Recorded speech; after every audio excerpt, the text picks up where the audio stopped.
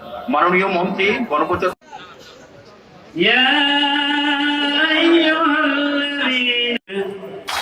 সকলকে করতালির মাথাঞ্চলের মানুষ যদিও খায় ধান, নারিকেল, সুপারি, মাছ যা আছে সবকিছু যদি সেখানে হয়, তরমুজ প্রচুর পরিমাণে তরমুজ হয়, তাহলে সবকিছু মিলে আমাদের ওই অঞ্চলটা খুব বেশি ফিজিবল।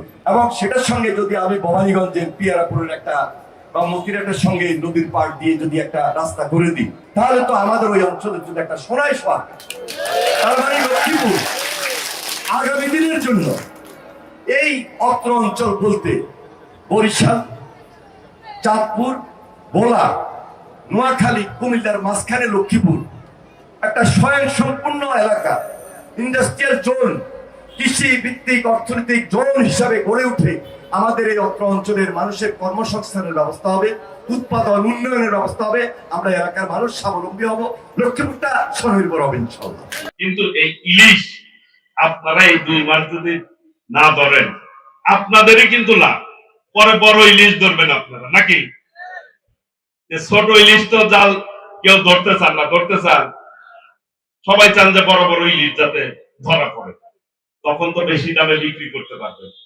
তো ইলিশ তো জাতীয় সম্পদ, এটা রক্ষা করার ব্যাপারে সবার সম্মিলিত উদ্যোগ নিতে হবে, তাই না? আপনারা কি ইলিশ ধরা থেকে বিরত থাকবেন 2 মাস? আপনারা যদি বিরত থাকেন তাহলে কি দেশের সম্পদ বাড়বে, আপনাদেরই কিন্তু সম্পদ। আপনারা ধরবেন, বাজারে বেশি দামে বিক্রি করবেন, টাকাটা কার পকেটে যাবে? আপনাদের পকেটে যাবে, তাই না? ছোট মাছ ধরলে তো কয় টাকা পাবেন?